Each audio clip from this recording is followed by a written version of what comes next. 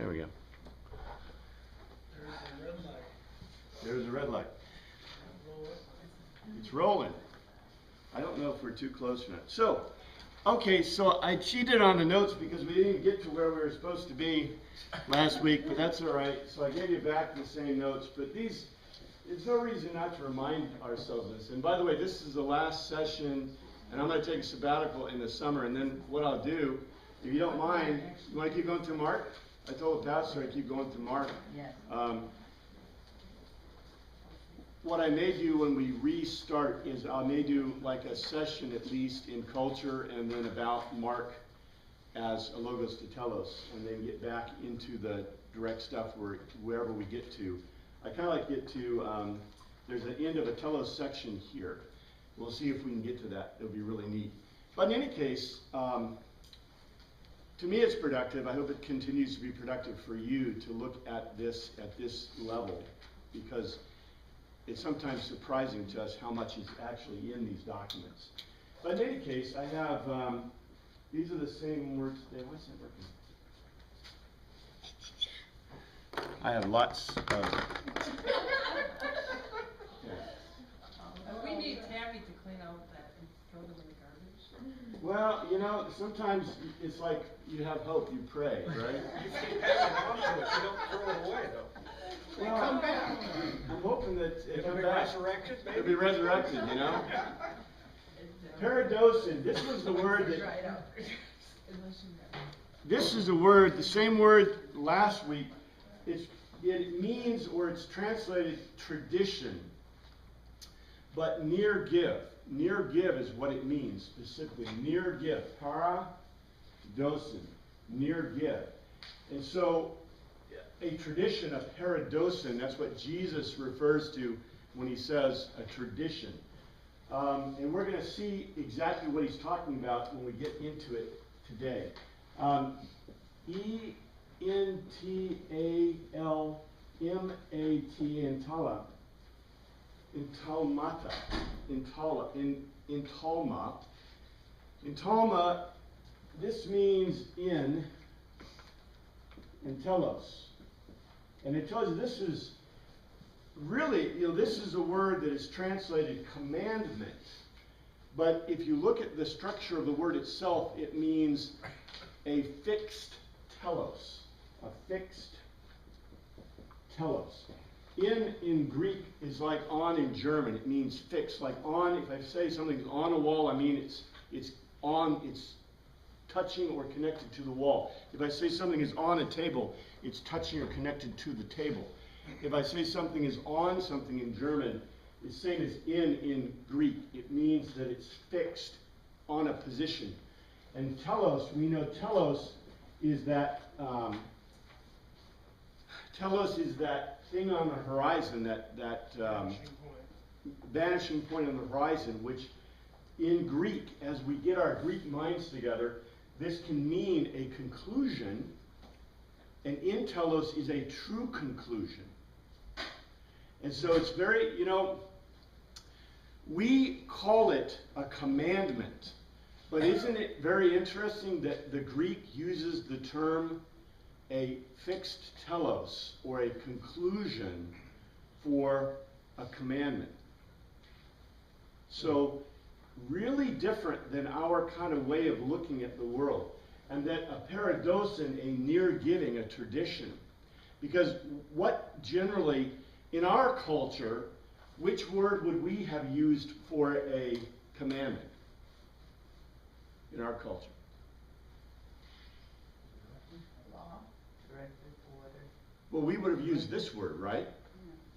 Because it's a tradition. A law to us is a tradition. It's something made by man, right? But yet to a Greek, a law from God is a conclusion. And a great example, I think Brett made the example last week, he said like gravity. Right? It's a conclusion. Yeah. Well, would that be an undeniable truth then? Would they consider that? Or is there anything that's an undeniable truth in Greek, not false? Well, this would be a fact. Yeah. in a logos, this means that the logos has a singular telos. A singular and only telos. A unique telos. Right? So, yeah, this is big time fact. But isn't it interesting that the word commandment is a unique, singular fact? Right? Completely different. What's our view of our culture about a commandment? Matter of fact, what's the view of our church about a commandment? Transgress it. Oh, that's not true at all. We do. Well, in our culture, it's kind of like you make your own commandments. What? Well, in our church is elective, right? It's elective. In our church, it's elective, right? Everybody's breaking the commandments. You just got to ask forgiveness, right? No repentance. Oh, there's supposed to be repentance in there, right? No. I'm just saying that culturally, in our culture, we take these to be suggestions. These are great suggestions, right? The 10 suggestions. In our church, it's the 10 suggestions too. Best practice. It's a best practice. And you know what? All you have to do is ask forgiveness and you're forgiven, right? Good enough for government. But what did Jesus say? What was the message that you had to be convinced of? There's only one way. Repent. And repent in Greek means to change. Change your way of thinking. So, well, I don't know. I think we should go with the Greek way, but that's my opinion, right? I'm just saying, you know, when you see these words, you know, we need to evaluate our own culture. But that's a theological, touching theological school there.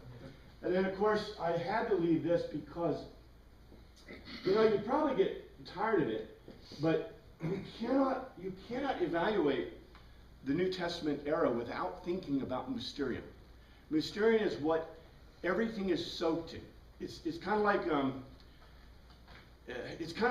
you know, this is really funny.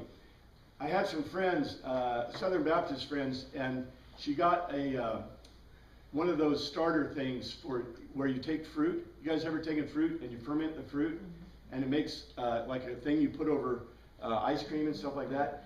And she loved it. She got a starter. She had no idea there was alcohol in it. And when I told her, you know, it's a fermented thing, it has alcohol, she's like, you know, astounding. And that's like mysterion. Mysterion permeates all this culture. It permeates the Greek culture, the Hebrew culture. It is something that exists. You know, we want to view, or we have been taught to view, that the Hebrew culture is over here, right? And the Greek culture is over here, and somewhere there's a Roman culture, right? But it's not. The Greek and the Hebrew culture are totally united. They're not, well, I'd say that, they're not totally united. They're like our culture, right?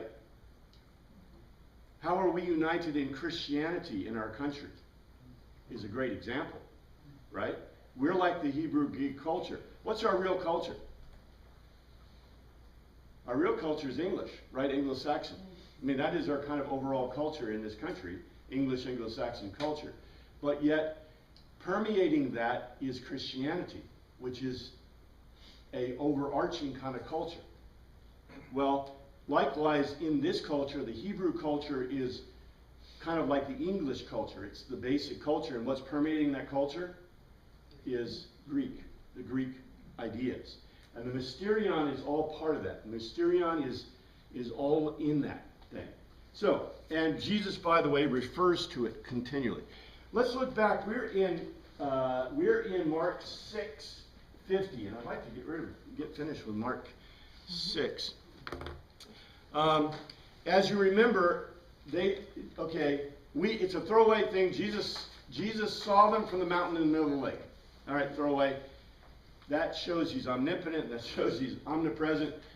And then they saw him walking across the lake like he was not a ghost, but a phantasm, literally a shining creature coming across the water, which is, I told you there were equivalent creatures in Greek myth. And so they saw him and they screamed. They didn't cry out, they screamed. Just, you know, the impression in the NIV is, and in the King James is, they called out, right? They cried out to Jesus. No, they screamed. That's what it says in the Greek. They screamed. Anakarizo. Because they all saw him and were terrified. They were tarasso. They were agitated. Roiled like water. And look at the word. Beautiful word. They're rolled like water. Where are they? In the water, being rolled by the water, right? So there is also a Greekness in here, because what are they being rolled by? What are they being terrified by? According to Poseidon. Poseidon, exactly, Poseidon. And immediately he lay low. He didn't lay go. Lay go means give a logical argument. Look, when people are screaming, you can't give a logical argument. It won't work.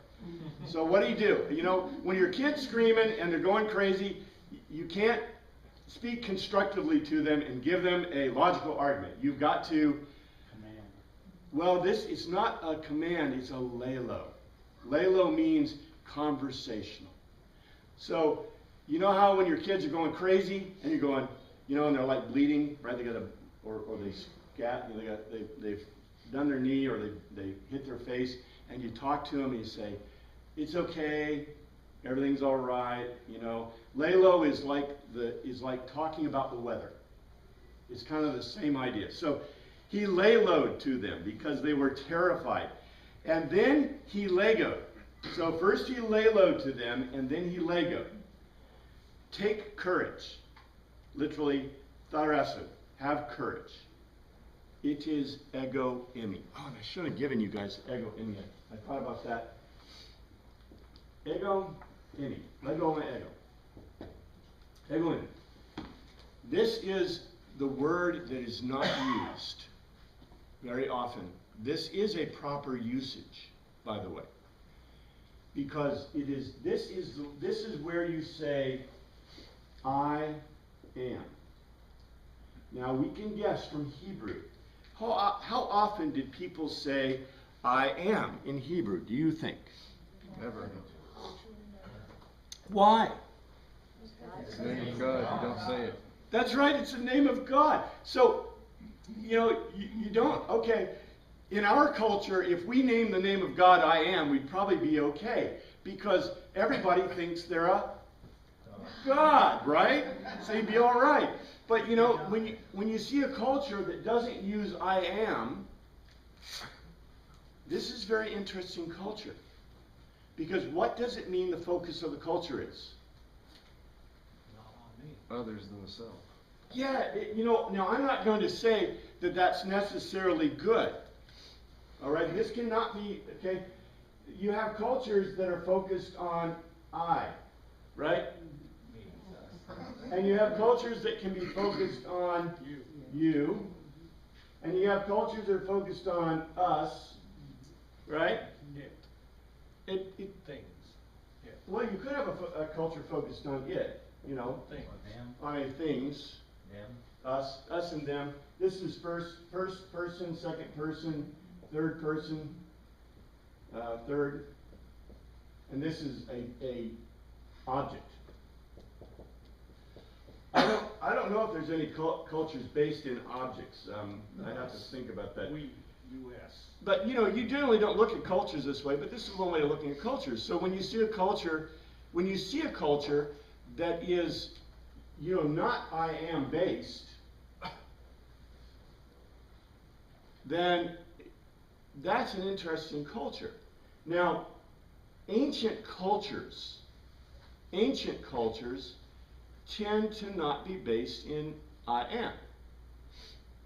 Think about it. Think about all the Stone Age type cultures and latter Stone Age cultures that you know about, like Indian culture, for example. Indian culture is really based in pretty much us, right? Us. What are we going to do? However, there's a lot of elements that are really bad for that. Because what kind of cultures do that end in? What kind of cultures are the Hebrew culture, most Indian Stone Age cultures, which are all the North American Indian cultures are Stone Age cultures? What kind of cultures are those? Tribal. Even worse, tribal and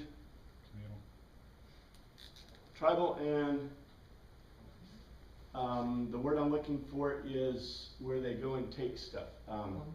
Plunder cultures. Remember we talked, well, if you were in my class before, we talked about ancient Hebrew. Ancient Hebrew is a plunder culture.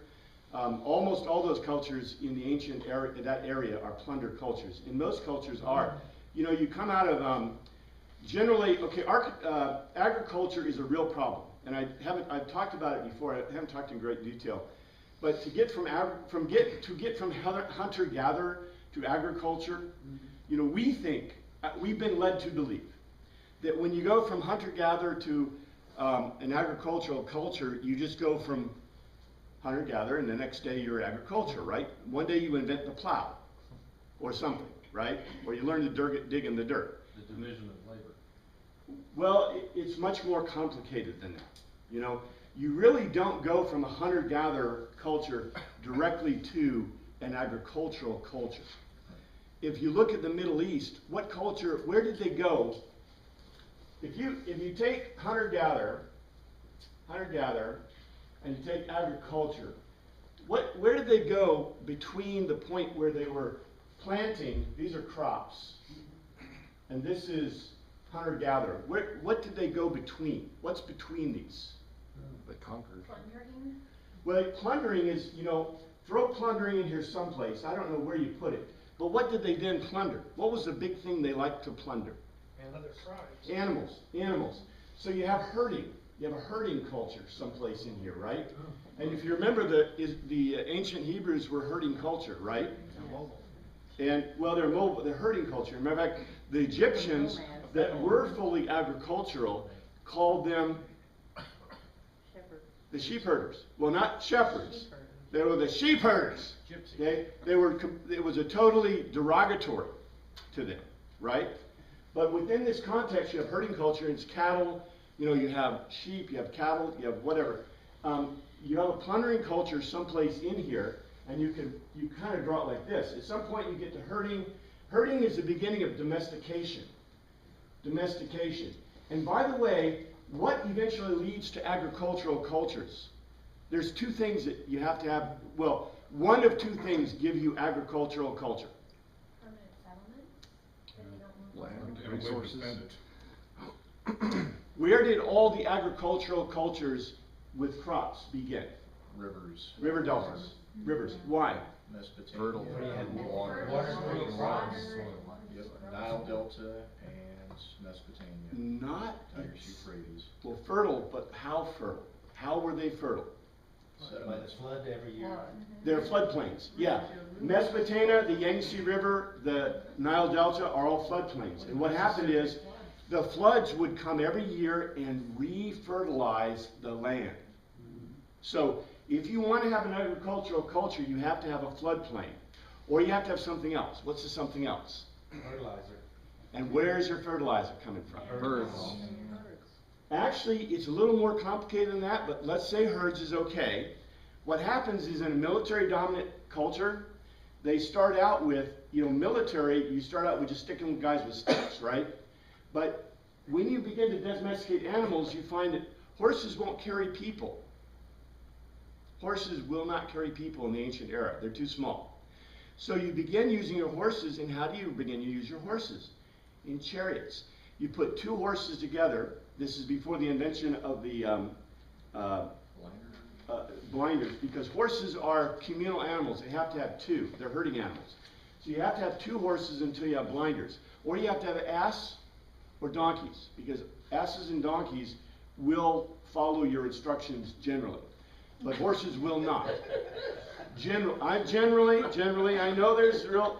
The thing is that one of the reasons people liked horses and asses and donkeys is because they will. They do not need blinders, although they are herd animals. They are not dependent herd animals, where horses are dependent herd animals. So you can have a single jackass or a donkey by itself, and it will work, where a singular horse will not. So what happened though is with chariot warfare, the chariot warfare is cool until what? You get overcome. Chariot warfare was very quickly overcome by masses of troops. And then it took about 500 years, but masses of troops could overcome chariot warfare. Well, what happens then to your horses and your chariots? They're useless. Well, they are not useless, because what do you do with them? Turn the plow Terms in. like riders and stuff. you turned them into plow animals and wagons. That's right, for transportation. And guess where they all went? We know this happened. This is like, it's not documented because people didn't write this down, but we know this happened because of the ancillary records we have in history. So when the Pharaoh gave up the chariots and the horses, he didn't have a reason to keep them anymore. Went to army surplus. So that's right, they went to army surplus. And the army surplus, the guys took them home and they began to plow with them. And guess what? Now, instead of needing the alluvial plains with the constant refreshing, because the horses and the other animals that were in the fields were fertilizing the fields, that's how you get agriculture. But it's really dependent on military and domestication. So in this thing, you get the crops, but the crops in agriculture, you get two different types of cultures. You get the culture that's based in domesticated animals, and then you get the culture that is not. And by the way, the Egyptians were not. They had domesticated animals, but they didn't require them for their agriculture, where the Hebrews required them for their agriculture. So very, very deep cultural things going in here. But as I was going back to this, most of these cultures are plunder-based cultures. So because they're plunder-based cultures, they're based in not you, but in us. So what matters is the tribe. What matters is my group. What matters is my, right? And I don't care about you at all, because I want to take what you have, right? Yeah. What about, there's trading cultures as well? And are they more I-based because you're traders and sellers? That is a beautiful question. I think that's an aha moment right there, because that's the point. Modified. Usually, now, when does the trading culture come in? Let's put a big T up here. Trading culture obviously happens at some point when I have something to trade, right? More than your basic sustenance. I have to have something to trade. And so initially, what do I have to trade? Animals, crops, right? Weapons, things that I make, Yeah, the pipes. right? Well, Stone pipes. yeah, something, right? I have things that I've made, pots, right? Things that I've made to trade. So once I have things, guess what? What's a predecessor to trading cultures, by the way? There is one really important thing. Location. No. Rule of law. Rule of law. Somebody has to have control, and you have to have rule of law at some point. Because without rule of law, if there is rule of law, if there is no rule of law, it's easy for me to plunder, right? So I'll take it. But once there's rule of law, once there's a strong arm, somebody out there that's going to punish me for taking it, then all of a sudden I can begin to trade it. Trading tends to be something that happens with rule of law or some type of reasonable governmental, some type of governmental control. Government has a real good purpose. Its purpose is to protect you and your property. And the minute the property becomes important, where do we go? Because it's mine. Because once I can protect it, once I can make it, if I can make it and somebody doesn't just take it from me, it's mine, right? Look at kids. Like, look at a kindergartner class. In the kindergartner class, if there's no rule of law, guess what the good kids do? They band together to protect what they have, but they protect it communally. They're not going to protect what you have, right? They're not going to protect your stuff. They're going to protect whatever they perceive to be their stuff. But once there's a strong hand in place that's protecting them, right? Protecting their assets, it's mine. And we can trade, right? I'll trade you this eraser for your pencil, right? Instead of just snarking it, right? So it's very interesting. Now, this is just big generalizations, but this is the way the world is. Now, look at the Greek culture. The Greek culture is moving toward an I culture, right? but they're still, their verbal is still stuck in, right? Because it takes a long time for these cultures to change. We think culture changes overnight. Well, sometimes our culture does, but, you know, twerking becomes, you know, a popular thing. But, you know, where before they'd probably punish you by putting you in jail for it. But in any case, you know, these cultures change slowly. And the point I'm trying to make here is, whenever someone says I am in these types of cultures, it is unique. It is generally unique. Because I am is something that is not used in general conversation. As we said, in the Hebrew culture, if you say I am, you're saying you're God. If you say you're I am in Greek, you're not saying you're God. What you're doing is you're doing a perfect affirmation that doesn't need to be spoken. For example, if I said, well, today we might have a question about people in general, but if I said I am a male, you know, that should be self-evident. And the Greek guy would say, why are you saying that? Right? You're obviously a male. The reason you might say that is because there's a question.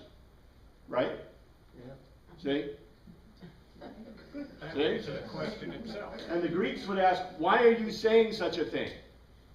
So when Jesus says to Pilate, Imo egi basila, king, Pilate goes, huh, because Jesus made an absolute statement in Greek that either Jesus is insane or he's telling the truth. See, that's how important this statement is. So, when they're coming across there, he says, ego eimi. It's I. I am. I am. He just said what? I am God. He basically said, I am God in the Hebrew culture. Don't be phobia. Don't be frightened. So in 51, then he climbed into the boat with him. And, you know, he didn't want to climb the boat with him. He was going to pass him by until they screamed. But anyway. Scream out little girls in kindergarten, right? Or little boys in kindergarten. That's the way it is. Then he climbed in the boat with him, and the wind, the amnios, the wind is God's, died. Literally, they kapezo, they tired. They tired. Okay, last time when Jesus did this, what did he do?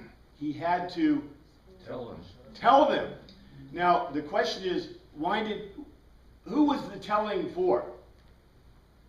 Probably for the disciples, right? But in any case, Mark was very clear. The first time this happened, Jesus said, shut up. And they shut up. This time, when Jesus gets into the boat, it immediately quiets down. No need to speak. What did Mark just tell us? The gods recognized him in his power. The gods recognized him as power. He didn't even have to tell him a word. He just had to just get in the boat. So they were amazed. They were completely amazed, is what it says in the Greek, which is a good translation. They were completely amazed. 52. And look what it says. For they had not had not put together mentally about the loaves. Their cardia, their thoughts and emotions as a result, were petrified. What is the telos of the loaves and fishes? There's basically two. We talked about one. I mean, we probably talked about both of them. But what's the telos of the loaves and fishes? Jesus was greater than the other gods. Jesus had power over Poseidon, the fishes, and the loaves. Right? Over both Zeus, Demeter, Zeus, over all of them. They didn't get it. And this is a constant refrain. Matter of fact, we're going to see this refrain over and over again. That Mark says, they're stupid. Yeah. You're stupid. Okay? I'm being kind, but you know, in the Greek it's pretty clear. They're stupid. They didn't get it. They didn't put it together mentally. You know, we are, well, okay, I'll take that back. You know, when it's explained to us within a Greek context, even when it's not explained to us within a Greek context, we kind of get it, right? We kind of get it because we're thinking in a Greek mindset, a Greek logos mindset. But when it's explained about, you know, what do these things obviously represent to a first century person, everything's obvious to us, right? That's because we're Greek thinkers. But these guys are not Greek thinkers. It's kind of unkind for us. It's kind of unkind for Mark. Why does Mark keep pounding him this way? Who is he writing to? Greeks. Greek thinkers. Greeks and Latin Romans. Roman guys, right? And can you imagine when they're hearing this? What are they doing? These are just thinking these are the stupidest people ever. Well, I don't think they're quite like that, but that's okay. They may be thinking that. What they're thinking is, why don't they get it? Why don't they get it? You know what? To the Greek readers or hearers that Mark's writing to, they hear this and they go, well, duh. Well, duh. And yet Mark is... And so what we're getting here, what is the message? What do you think the overall message that Mark is kind of trying to push in this writing, in this document? That he was above the gods. Well, yeah, that he's above the gods, but I mean in the context of why keep slamming the disciples? What's the purpose of that?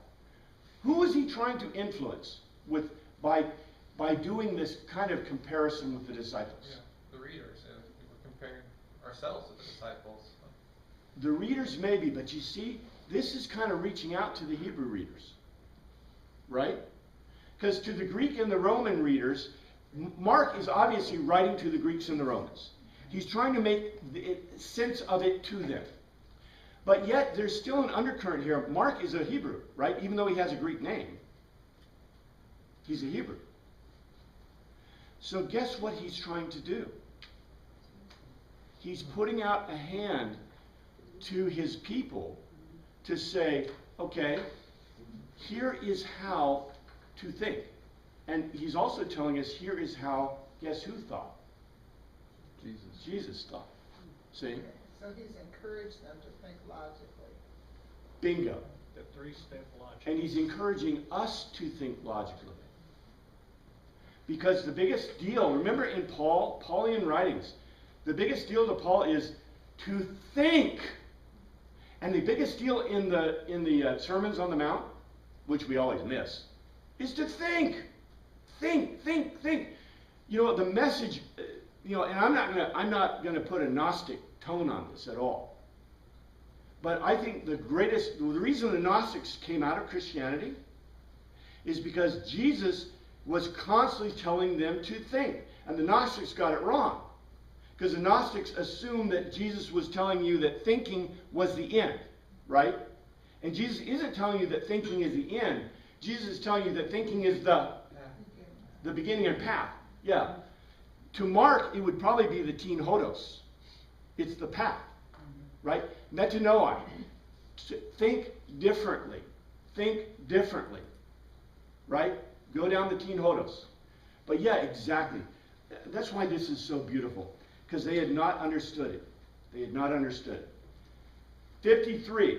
The other message of what they didn't understand, the other part of the telos, of the loaves and the fishes, was that they were successful. The result of them going out. Remember, Jesus sent them out to convince, to pistis the people. And so the result was the loaves and fishes. It said he couldn't do a dunamos. And yet when he got there with 5,000 people there, he could do an amazing dynamos. That's the point. So you have both of these teloses. And you see how this is beautiful Greek? You know, the logos to telos are just, they're there, right? He doesn't tell you the answer, right? He tells you, they didn't understand about the loaves. Did he tell you to understand about the loaves? No. In all the parables, that's what we see. We'll continue to see this. He doesn't explain the telos of the parables because it's Greek. It's good Greek.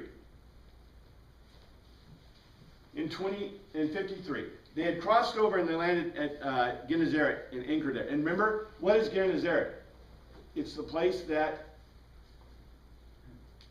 the demon-possessed guy. So we don't know, we don't know where they were on the Sea of Galilee. It said they started, I think it's about here. I think it's the right place. That's Capernaum, maybe further north. Anyway, they went someplace. We don't know. Maybe here, there, anywhere.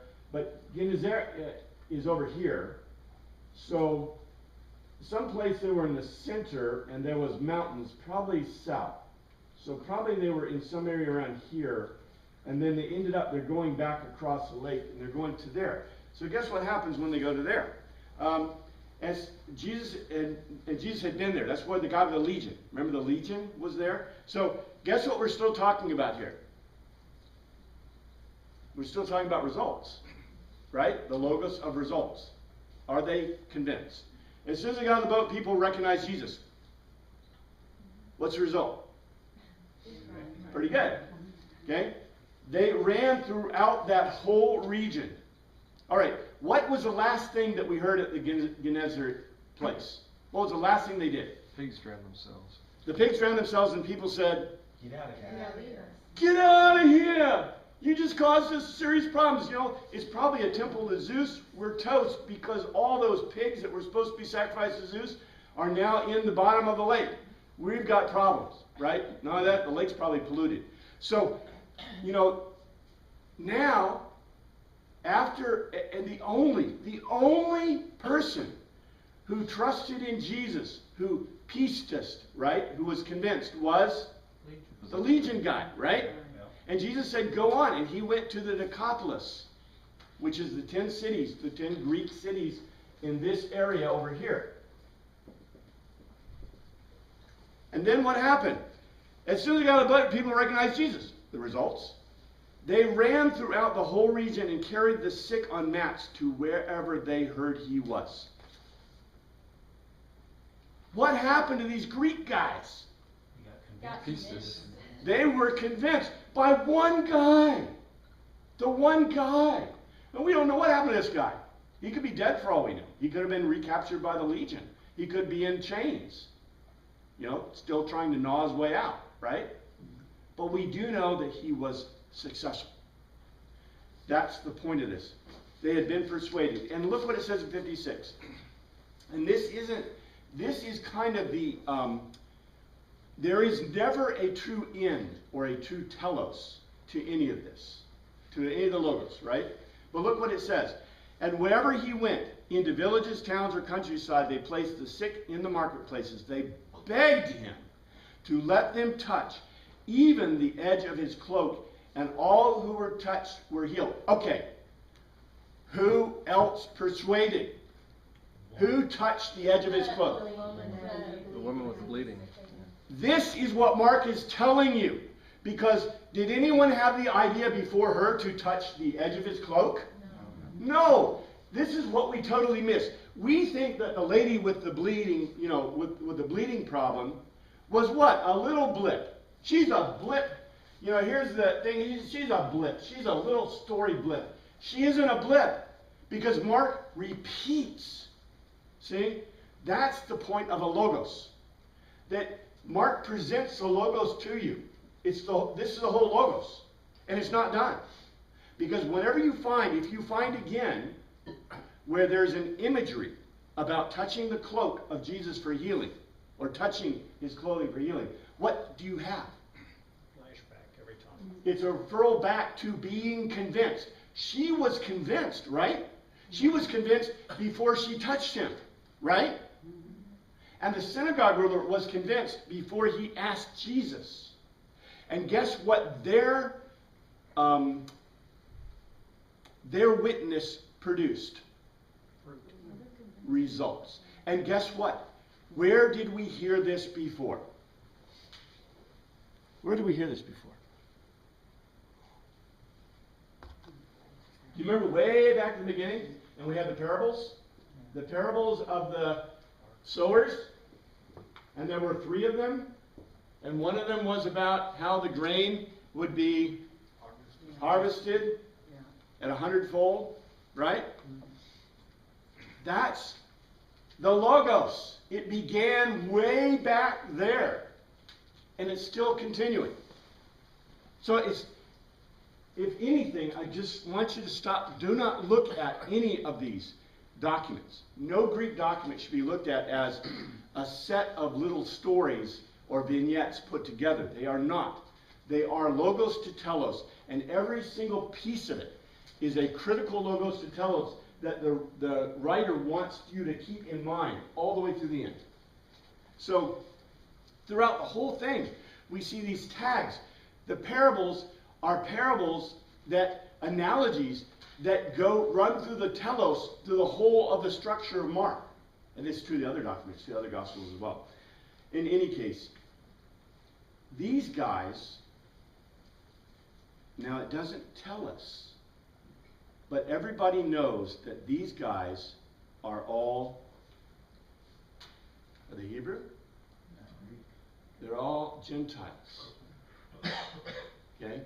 Now, Mark is going to directly address Gentiles in a little bit. I don't think we'll get to it today, but if you read ahead, you'll see that. Okay, now, you think that we are starting a new Logos to Telos. Are we? No. We may begin a new one, but guess what? All the other ones? They're activated. They're still in play. The Pharisees in 1, this is chapter 7:1. The Pharisees and some of the teachers of the law, the Grammateus scribes, who had come from Jerusalem gathered. Now remember, do you remember before we started, there were the local yokel Grammateos, right? There was a local yokel Grammateos, and I told you they're probably rabbis. They're probably Pharisaic rabbis. That was at the very beginning. And then what happened? What did Mark tell us?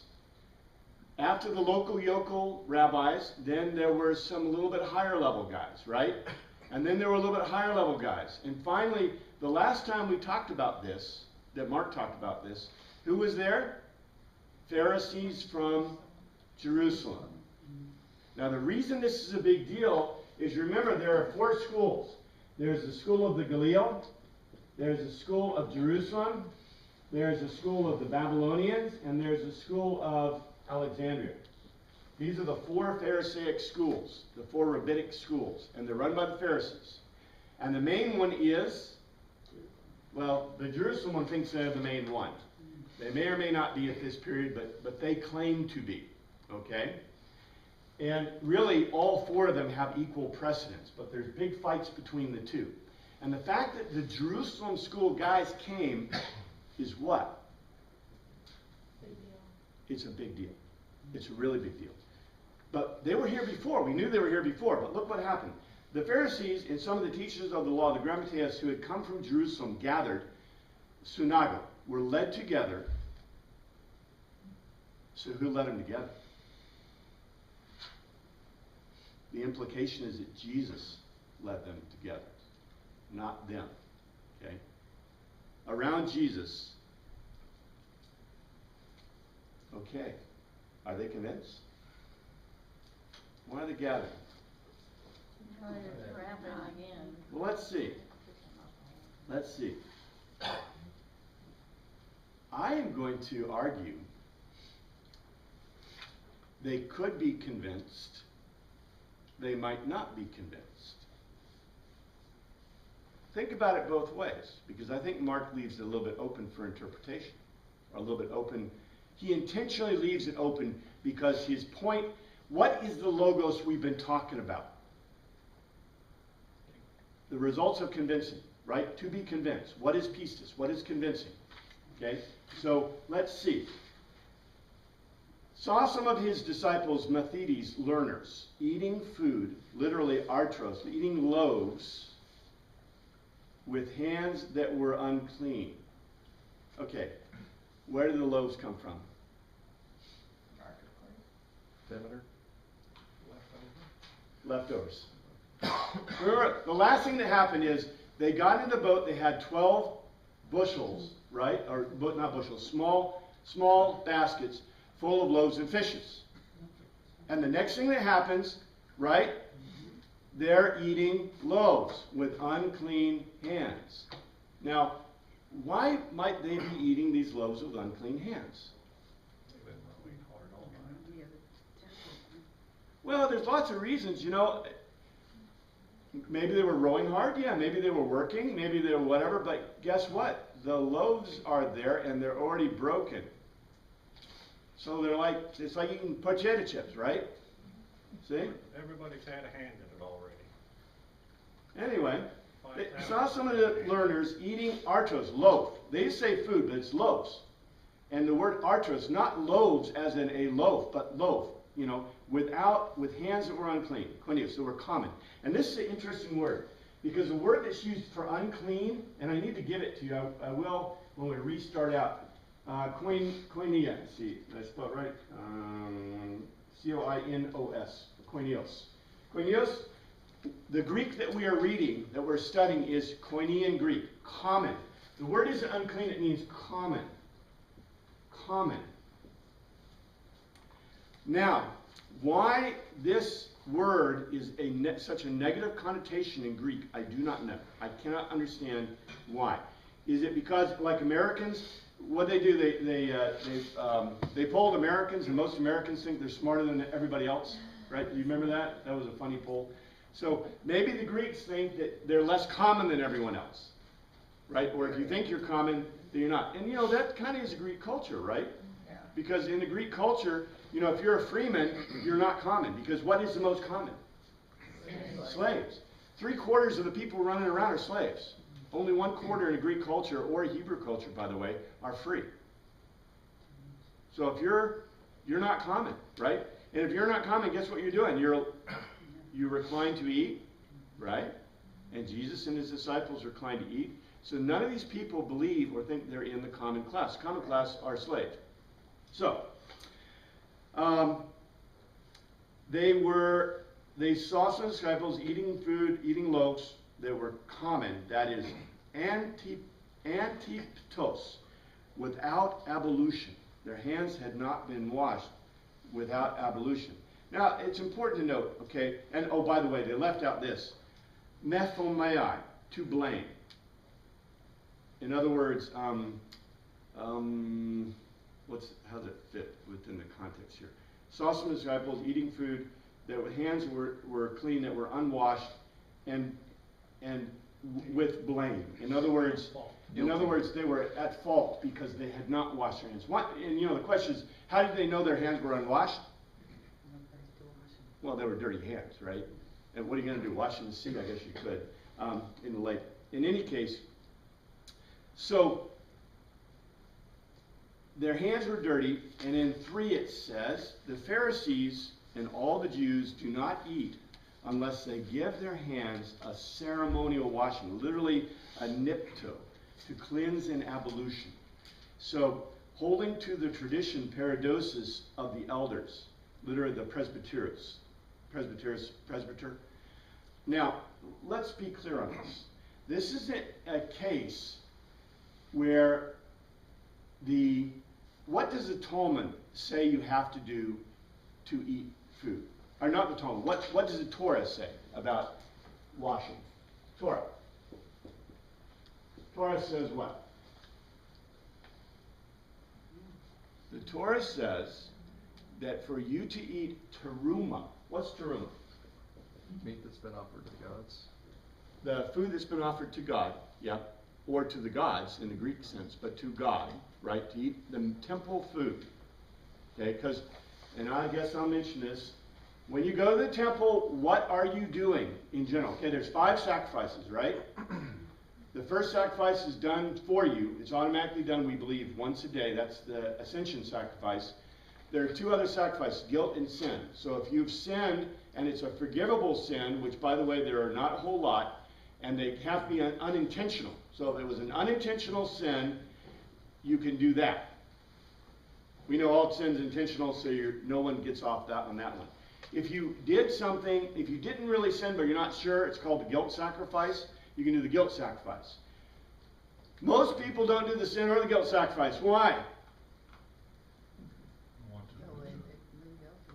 Well, to do it, you're saying what? Yeah. Yeah, I did something wrong. It's kind of like, you're going to go, yeah, I was, and go up in front of the church and say, I did something wrong, right? That's like what it is. So most people did not do the sin or guilt sacrifice. We believe be that. in the temple too. Huh? I need to be at the temple. You gotta come from Galilee to the temple every day? You got to go to the temple to do this. But that's why people only did it during the required festivals generally. Okay. But in any case, so you have that, and then you have the priest sacrifice. The priest sacrifice You know, that's kind of not obligatory, but you know, you would give a sacrifice of grain to the priest with a little bit of frankincense on top, and he would take the rest of the grain and the frankincense and the oil and the grain would be burned. Okay, but he would get the rest. And the priest gets certain parts of the ascension sacrifice and the sin and guilt sacrifice. Now, the final sacrifice is the sacrifice of thanksgiving.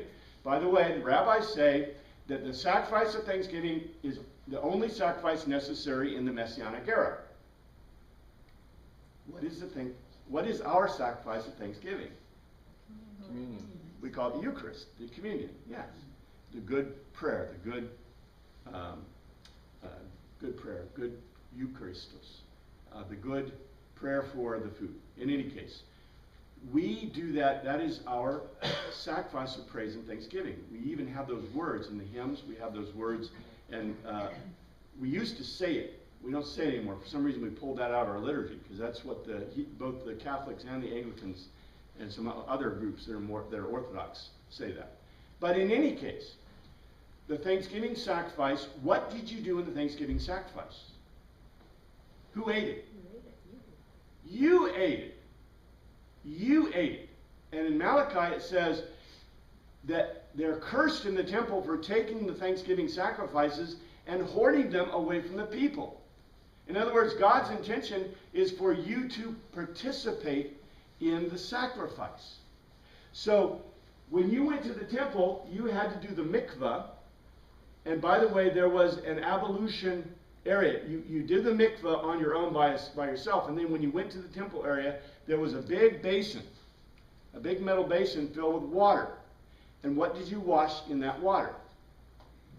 Hands and feet. Your hands and feet and face. Hands and feet and face. That was really a critical thing before you ate teruma. Is there any requirement in the Torah to do an ablutionary washing before you eat regular food? No. This is a Talmudic ad. I can go through the argument, but the argument's relatively simple. The argument is, if you have to wash your hands and for ablution for teruma, then since the regular food is blessed before you eat it, right? You say a blessing. Blessed be he for the fruit of the ground. Blessed be he for the fruit of the vine before you eat or drink. Then it is therefore consecrated to God, right? And therefore it's holy in some degree. So to prevent any kind of problem, you might as well wash your hands and feet, right? Especially your hands. So this is Talmudic. Says, holding to the paradosis, the tradition of the presbyteros, the presbyters, the seniors, the elders. In 4, when they come to the marketplace, come from the marketplace, agora, I love that, agora, they do not eat unless they baptize, they immerse. Immerse. So Mark just told us that what do they do after they come to the marketplace? They do the mikvah. Yeah, it's not just their hands, they're doing their whole body. And they observe many other traditions, paradosin, such as the baptismos, immersion of cups, literally of drinking vessels, proteron, and pitchers, zexes, vessels that can be heated. So there's drinking vessels that are like, the cups you're talking about are made out of probably ceramic made. The other ones are heating, you can heat, so they're made of metal. So both metal and cups that are made out of ceramic materials, or not ceramics, clay stuff. And kettles, literally copper dishes, a klakion. And by the way, what they pulled out of the NIV is before they recline it, before they recline on the couch. So in other words, they do a whole mikvah, and then all their vessels that they're going to use to eat or cook are immersed in water, in the same water, before they recline to eat. And by the way, I want to mention something to you. This also, remember how I mentioned to you that Strong's and Vines, that many times we see additions, traditional, that stuff's added in. This specific sentence in the Greek puts a lie to the claim in Strong's and Vines that baptize is only used for ceremonial ablution in a Christian context. Because the word specifically used here is baptize. The baptism obviously means mikvah. That's its connotation, to be a mikvah, not a Christian context word. So I just want to point that out.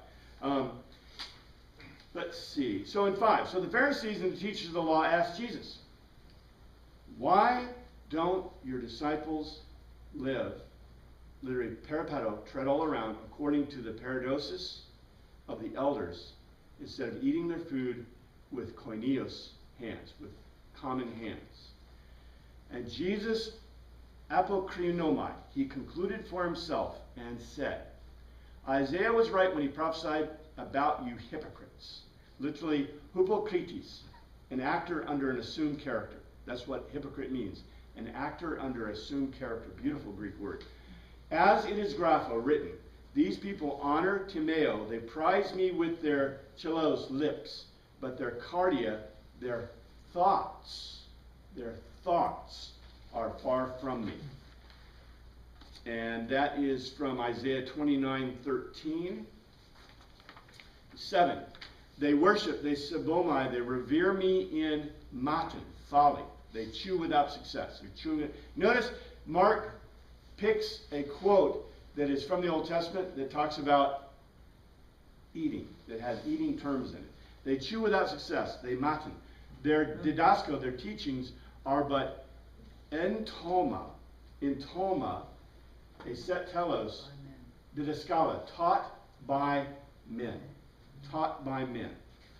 And then in 8, you have let go, that you have apeni, offsent of the intola of God, and are holding with the strength. They're clasping, they're holding with strength onto the paradosis, the transmissions, the near giving of men. And this is missing, by the way, from the NIV. Baptismos, zixis, immersion of vessels, and drinking vessels, and polos, much else. Truly this, nearly alike, do. In other words, they're adding things to the Torah. And by the way, I want to finish this thought. What did Jesus just do? He just told them the greatest curse that you could ever tell a rabbi. That they have set aside the Torah to do something that is not required by God. Because what is the number one thing in the Talmud that you don't do? Add nothing. You never add or subtract anything from the Torah. And so what Jesus did is he slapped him. This is one of the biggest slaps, and we're going to see more of it when we come back to it, because we're not done with Jesus slapping the Pharisees. And this is probably the ugliest slap that you'll ever see that you could make to a Jewish rabbi. Father God, we pray that you look after us this season, to this summer. We pray, thank you for your word. We pray you look through it, look after us this week. In your name we pray, amen. Lionel, we're going to meet in the church or here next week?